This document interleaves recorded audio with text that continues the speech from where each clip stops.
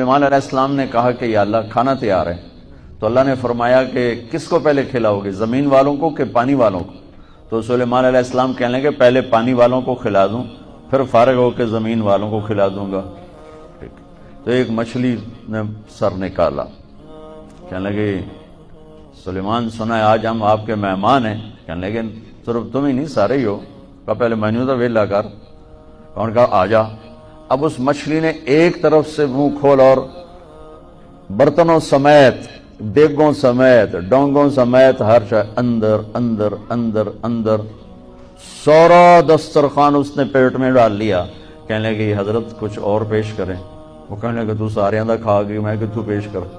वो कहने लगी सुलेमान तेरे रब ने कहा था ना ये तेरा काम नहीं, आज मैं तेरी वजह से भूखी वापस जा रही हूं। मेरा रब रोजाना ऐसे 3 लुकमे मुझे खिलाता है, रोजाना 3 लुकमे मेरा रब ऐसे